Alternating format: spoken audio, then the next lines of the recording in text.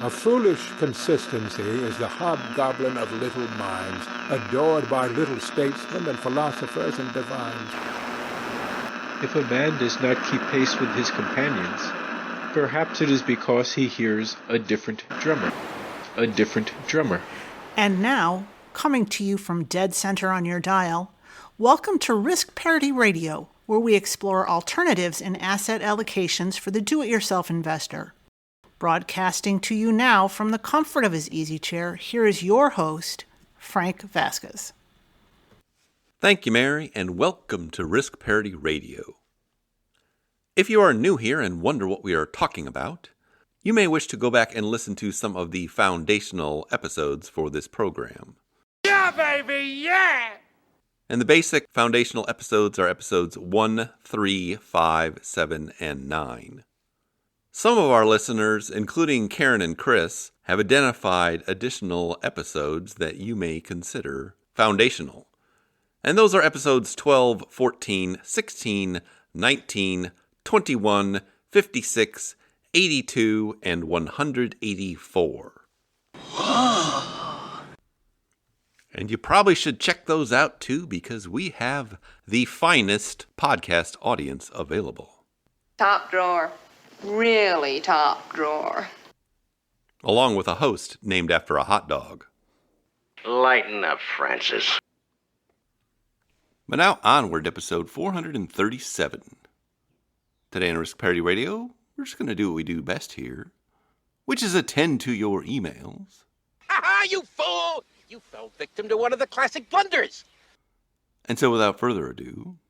Here I go once again with the email. First off, we have an email from Ron. Bedtime for Bonzo, starring Ronald Reagan, Diana Lynn, and Bonzo, that amazing chimp. And Ron writes, Hi, Frank and Mary. Here's the quarterly update for the all-equity McKenna Man Portfolio. It was a good quarter. The portfolio was up 8.6% for the quarter, net growth of 6.4% after the distribution. We'll make a quarterly distribution of $111 to the Father McKenna Center, and I made a note about the top of the T push on the grant as well. Show me the money! Jerry, you better yell! Show me the money! The portfolio is up 4.2% net of withdrawals year to date. I hope you and Mary have a wonderful 4th of July. Cheers, Ron. Now, Ron happens to be one of our favorite listeners here for many reasons. Are you mystified, bewildered, and puzzled? You needn't be. First off, he's a donor to the Father McKenna Center. As most of you know, we do not have any sponsors on this program. We do have a charity we support. It's called the Father McKenna Center, and it supports hungry and homeless people in Washington, D.C. And in fact, all of the emailers in today have donated to the Father McKenna Center.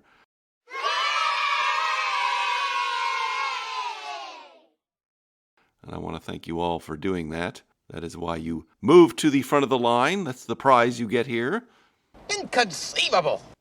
As you know, we are running the Top of the T-shirt campaign we rolled out in episode 426 because one of our listeners is extremely generous. Well, more than one is, but one of our listeners, Matthew63, put up $15,000 in matching funds, and we've been matching away since then.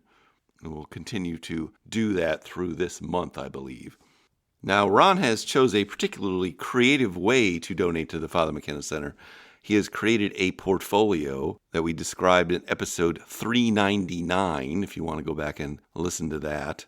It is a 100% equity portfolio, but he's taking large distributions out of it every quarter and giving them to the Father McKenna Center. We are calling this the McKenna Man Portfolio. Now, a McKenna man is somebody who has reclaimed themselves after being homeless and otherwise troubled and has come through the center and become a contributor to the community once again.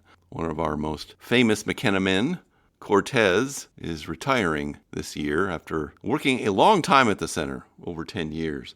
We're having a little retirement party for him on July 19th, actually. But Cortez is the person who had the idea of a McKenna man. And so we can attribute that to him and celebrate all he has done for the center over the many years.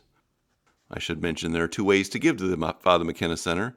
You can do that through the Father McKenna website, which I'll link to again in the show notes, the donation page. It's easy. It's fun. Mention Risk Parity Radio when you donate by putting that in the comment box. Or you can become one of our patrons on Patreon, which you can do through the support page at www.riskparityradio.com and give that way. Either way, you get to go to the front of the line and you receive my eternal gratitude, as we are bestowing on Ron today. Emotions running high, yes. Thank you for your wonderfully creative giving idea, and thank you for your email. Second off, we have an email from Michael. And Michael writes, Hi, Uncle Frank. I just made a donation to the Father McKenna Center and the top of the T-shirt campaign. Yes! It looks like a very worthy cause, and I was glad to help in its mission. Note that I was also glad to see that the organization scored a 96 on Charity Navigator's Accountability and Finance Rating Report. Kudos go to the treasurer of the organization for sure. Who's saying you want a piece of me? I stumbled across your podcast in mid-2022 when I was getting close to semi-retirement, and the COVID market drop made me realize that I did not have the risk tolerance that I used to when I was younger and my stash was smaller. After a yearish of indecision, I moved my portfolio into a risk parity setup consisting of 25% large cap growth, 25% small cap value, 15% long-term bond, and 15% gold, with the rest split evenly between managed funds, commodities, REITs, and preferred shares, and with a small amount of cash in a high-yield savings account. Then I leveraged the stocks and bonds just 10% each with SSO, UWM, UBT, and PFFL because I needed to feed my gambling problem, but not with a hideous experiment. You have a gambling problem. Anyway, I'm happy to report that almost 2 years later, when comparing my portfolio against one with only a total stock market fund and total bond market fund, mine has returned as much as an 80-20, but with a standard deviation of a 50-50 and an Ulcer index of a 55-45. It's still obviously way too early to make any definitive statements about the portfolio, but I'm pleased with it so far. If you have any comments or suggestions, I'd certainly be glad to hear them. Many thanks for everything you do, Michael.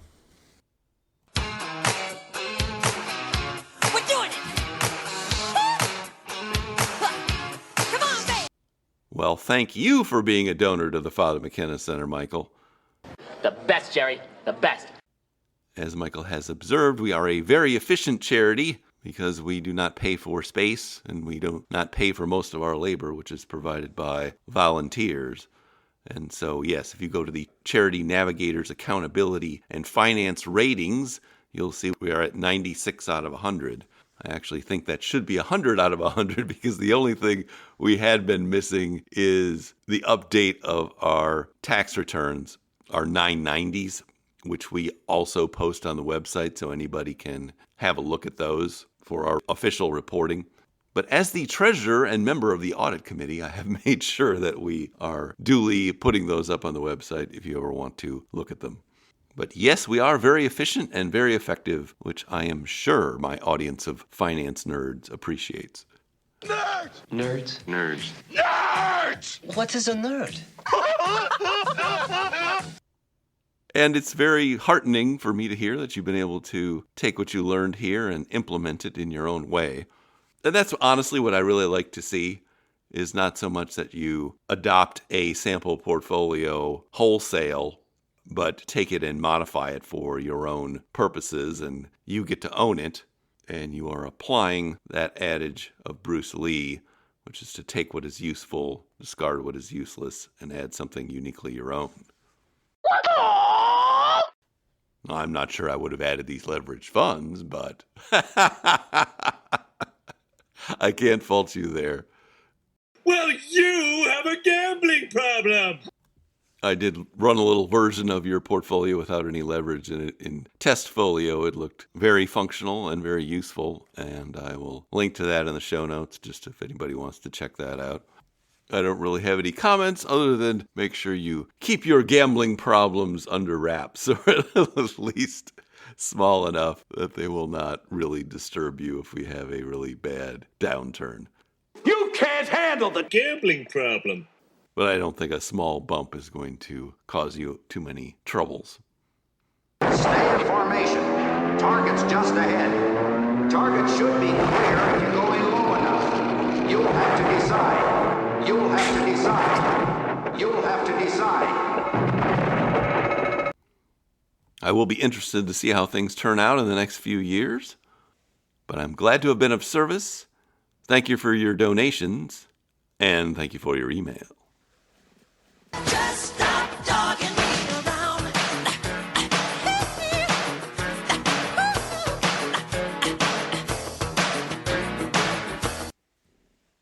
Next off, I have an email from James. Hey, Jim, baby! I see you brought up reinforcements! Well, I'm waiting for you, Jimmy boy! Or as he refers to himself, Uncle Jaime. And Uncle Jaime writes, Hi, Frank and Mary. Thanks for the incredible resource. I stumbled onto your podcast via portfolio charts and am very grateful for the degoblined ideas. Your tobacco company has turned this beautiful specimen into a horrible, twisted freak. Who could love me? The man's a goblin. My family and I took a travel sabbatical, and I, having the 4% or even 3.3% rule in my head, always assumed we'd go back to work. Forget about it. It turns out that not working is great. It's good to be the king. And so, when I learned about the feasibility of a 5% withdrawal rate in risk parity style portfolios, I realized we might not have to go back. But that does mean my accumulation portfolio is suddenly not at all what we need. Stocks are at an all-time high, so it's a good time to rebalance, but I have two questions. Question 1. I'm in my late 30s, and, though I haven't gotten to every single episode yet, I'm not sure if I've heard any specific guidance on portfolios for younger people who are hoping to survive 50-plus years of drawdown. For example, Golden Butterfly and Golden Ratio are both about 40% equity, but I was leaning towards 50 to 55% equity given that we might need the long-term growth and because I'm comfortable with finding side income or flexing expenses. Any thoughts on this topic in general? Question 2. This decumulation portfolio allocation snuck up on me. I can't get all my rebalancing done in tax-advantaged accounts, nor can I buy what I'm underweight because there's no more income coming. Do you have any guidelines on how aggressive someone should be in taking taxable gains in order to get to ideal allocations? How close is close enough? Part of me wants to delay taxes as much as possible, but I also know the taxable will get drawn down first anyway. Thanks again for the great content. P.S. Thank you, Frank and Mary, also for your excellent enunciation. You're one of the rare podcasts that easily handles 1.6 times speed on Spotify, and it makes the audio drops all the more entertaining. Also makes 400-plus episodes less daunting. All right, interesting questions, Uncle Jaime. First one about longer retirement periods. We have talked about this before in various places.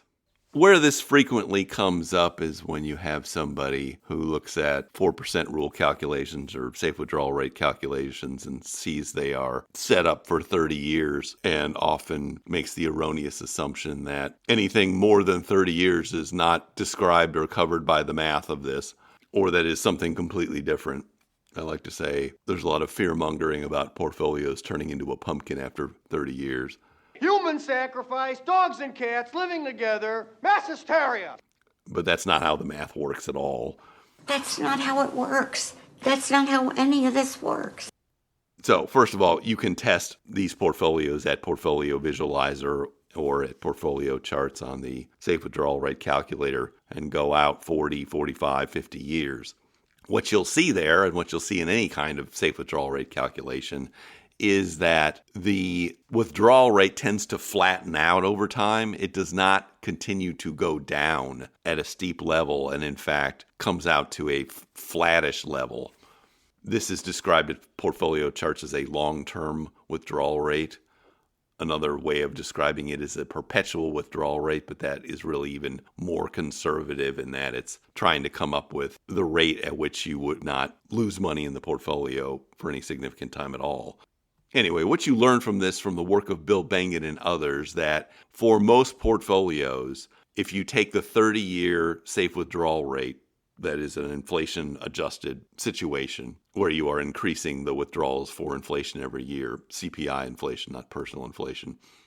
You find that if you go out 50 years or forever, if you subtract 0.6 from the original 30-year withdrawal rate, that is kind of the forever withdrawal rate. Now, how can you get that back? You can get that back simply by using a variable withdrawal instead of automatically increasing your withdrawals by the CPI rate of inflation. If you just increase it by what people actually do on average, which is less than the CPI on average for most retirees, then you're going to get back between 0.5 and 1. And that's from one or more of these Morningstar analyses that come out every year where they have analyzed various mechanisms for doing variable withdrawals to check out how they affected the safe withdrawal rate. So in fact, that 30-year inflation-adjusted withdrawal rate is a pretty good proxy for a forever withdrawal rate with a variable withdrawal system that is based on simply taking your actual personal inflation and not a CPI rate of inflation. Or you could do something more complicated involving guardrails or things like that, which would add even more to the safe withdrawal rate. But that's the gist of it. That's the fact, Jack! That's a fact, Jack! The time length will take some away. It won't take as much as people often think. Oftentimes I hear people subtracting 1% for every extra 10 years, and that's just wrong. Wrong! There's no basis in math or anything else for doing something like that. Forget about it. When people are doing things like that, they're just fear-mongering and hoarding.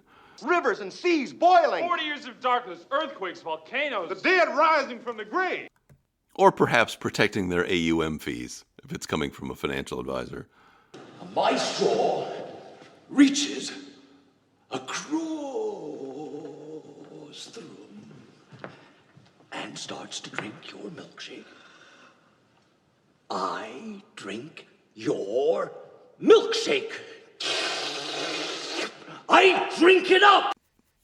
Now, that being said, there are a couple of additions here. I don't know that you necessarily need to increase the amount of equities in the portfolio from the golden butterfly or golden ratio, although those are on the conservative end, particularly the golden butterfly.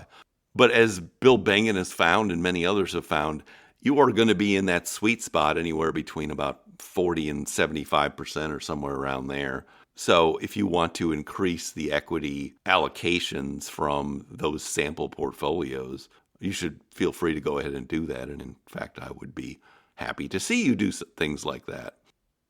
In the golden butterfly, if you're going to do something like that, you can chop down that 20% allocation to short-term bonds. That's a very conservatively set up portfolio, and you can certainly take pieces of that out, put it into equities, or even take some of the gold away from the 20% allocation and put that in the equities.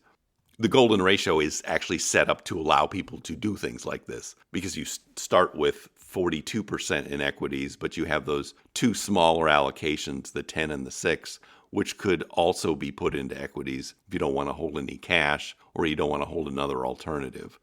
In some respects, when you're holding 16% in gold and 10% in managed futures, that is still giving you risk asset kind of allocations in terms of volatility. So it is almost akin to holding another 10% in equities in terms of how it plays. The other choice being often made in that portfolio is if you are going out to the large cap growth and the small cap value. Both of those have slightly higher betas than one. Beta is the market risk factor. And so those individual allocations are taking more than regular market risk, which bumps up their returns over time. But since they're well diversified, you end up only taking the equivalent of market risk. Now, lastly, in Bill Bengen's new book that's coming out in August, and also in some of the work of Michael Kitces and others, they've talked about the idea of having a rising equity glide path over time. And I'll be interested to see that research because I haven't done a whole lot in this area. But that is another way you might consider approaching this. It would take more work and be more annoying, but you could create something that looks like a golden butterfly or golden ratio, but then have it rise in equity over time. I don't have any research showing how that would perform, but I'm hoping to learn something when I read Bill Bengen's new book. So you are definitely on the right track, and yes, you can do that sort of thing, but I don't think you actually necessarily need to for a longer retirement period if you're using any kind of a variable withdrawal system. All right, question 2 about doing some reallocating but dealing with tax issues. And are there any general guidelines? Well, the short answer is not really, because this is so idiosyncratic to everybody's individual tax situation, not only accounting for what is the bracket they're in, both for ordinary income and for capital gains, and then also how much do they have in each of their accounts and what is the taxable gain on the portions that have been sitting there for however long they've been sitting there. Generally, the best way to approach taxes is as a long-term idea that you don't want to pay too much in 1 year, either by delaying it too long and not paying any, or by doing it all up front in one go. So I would try to spread it out under more than one tax year, and then also use the concept of tax lots, that you can sell the more recently purchased shares that'll have lower capital gains. And then if you've got any tax losses, obviously you can harvest those as well. But you mentioned also, quote, ideal allocations. I would push back against that because there are no, quote, ideal allocations, unquote. Because what is an ideal allocation in one decade is certainly not going to be an ideal allocation in another decade. What you're really just trying to do is get something that is in a ballpark, which is why being a few percentages off with any particular allocation really isn't going to be a big deal for the most part. But you can always just run tests on these things. I mean, take your ideal allocation and then take a more tax-efficient allocation, if you will, and just compare them and see whether there's really significant differences in them when you run Monte Carlo simulations on them. And if they're not, then you pretty much have a good answer to that question. And I guess if there's an overall comment to leave you with, it's just that the way we think you should approach portfolio construction is by using principles. The 3 principles we use here are the Holy Grail principle, the macro allocation principle, and the simplicity principle. And then look at some guidelines for what you're trying to do here to have a high safe withdrawal rate. And the history and data have shown that there are basically 4 guidelines, which I'm not going to repeat here, but I am going to direct you to the most recent interview I had on Afford Anything with Paula Pant. Not only for that interview, but also because she created a blueprint kind of cheat sheet with these rules of thumb in them. So you can see whether you have a portfolio that is likely to have a high safe withdrawal rate by keeping the various allocations within certain ranges. Now, yes, you do end up having to pick a specific formula in the end because you need to have something to rebalance to. But it is certainly not as formulaic as you would hear or read if you were reading things about portfolios 10, 15, 20 years ago, where everybody seemed to have a specific formula for something. We don't need no stinking formulas. Budget? We don't need no stinking budget. Oh, no. Anyway, hope all that helps. Thank you for being a donor to the Father McKenna Center. And thank you for your email. Oiga, señor, we are federales, you know, the mountain police. If you're the police, where are your badges? Badges? We ain't got no badges. We don't need no badges. I don't have to show you any stinking badges. Better not come any closer. You go anywhere without my gun and go quick.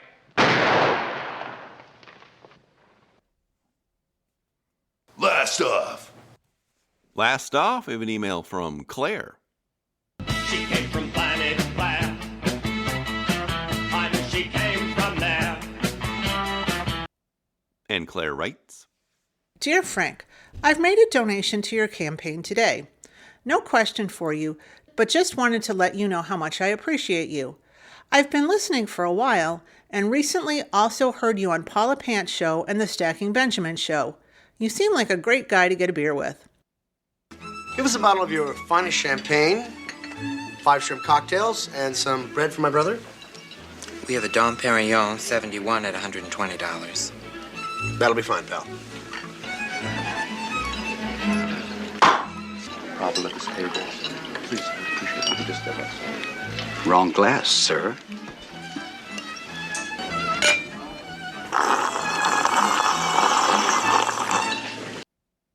But I was really moved this morning after your email from Bob about fear of running out of money.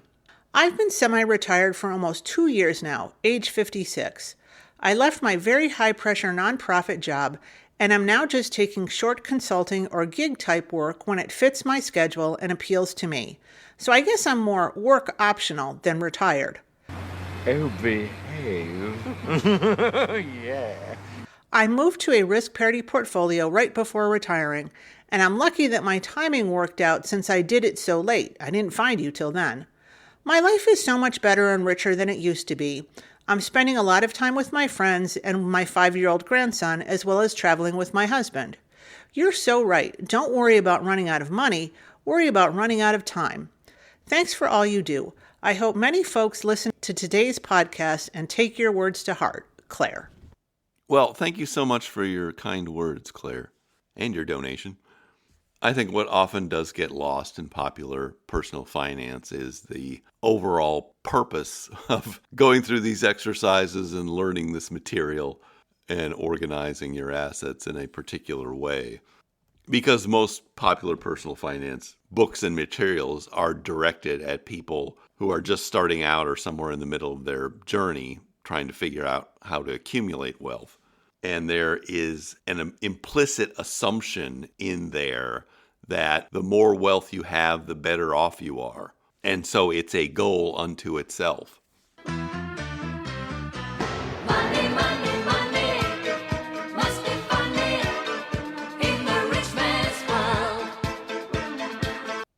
Which is a good goal for starting out and at many points along the way. But at a certain point, you do have to sit down and say, all right, let's compare my level of wealth with my level of time left on this earth.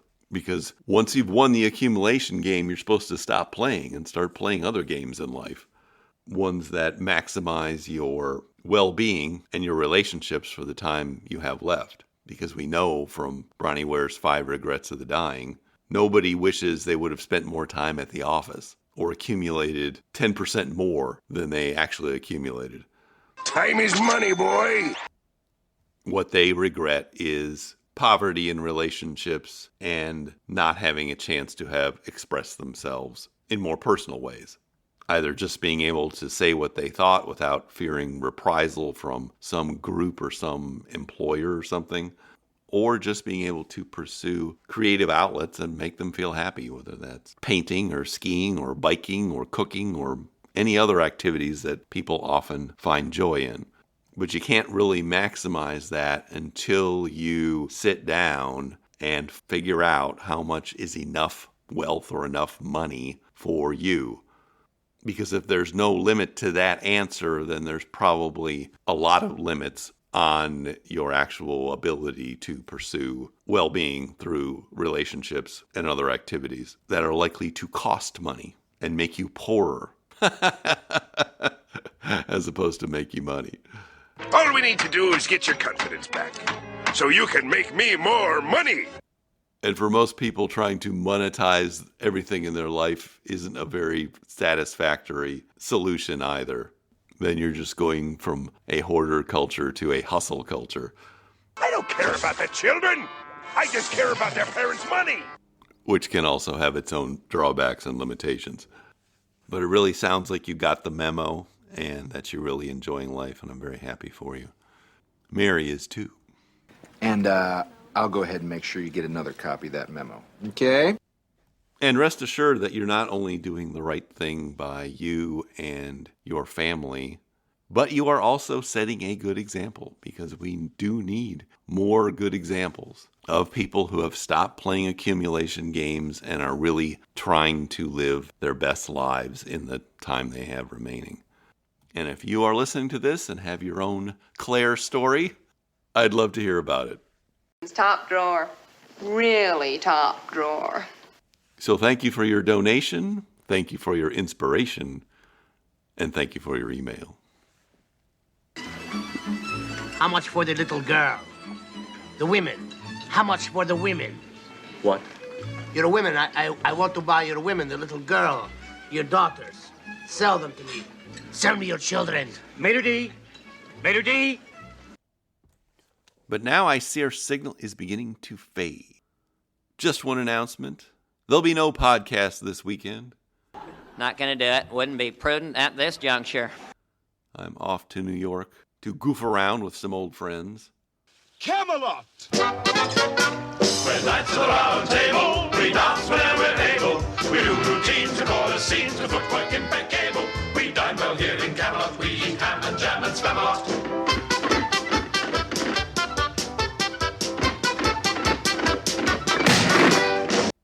We're going to go to some baseball games, and we understand there's an obscene statue or art exhibit in Highline Park. We may have to check that out too. Snap, snap, grin, grin, wink, wink, nudge, nudge, say no more. Good times will be had by all. You're too stupid to have a good time. I will update the website at some point, but you'll have to wait at least until the middle of next week before you hear from me again.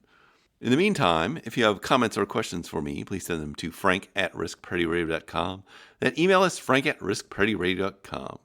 Or you can go to the website, www.riskparityradio.com, put your message into the contact form, and I'll get it that way. I have a number of donor emails coming up, so if you're not a donor, you're going to have to wait. No pressure. Show me the money! If you haven't had a chance to do it, please go to your favorite podcast provider and subscribe, give me some stars, a follow, a review. That would be great. Okay.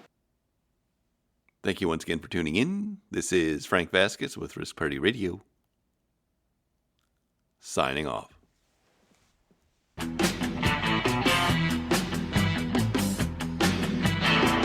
She came from planet Claire. She came from planet Claire.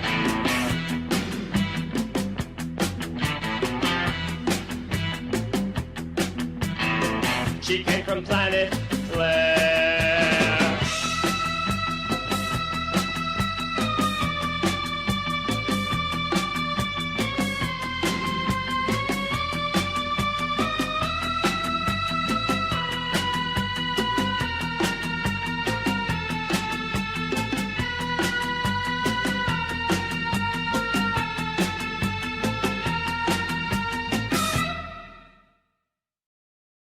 The Risk Parity Radio Show is hosted by Frank Vasquez. The content provided is for entertainment and informational purposes only and does not constitute financial, investment, tax, or legal advice. Please consult with your own advisors before taking any actions based on any information you have heard here, making sure to take into account your own personal circumstances.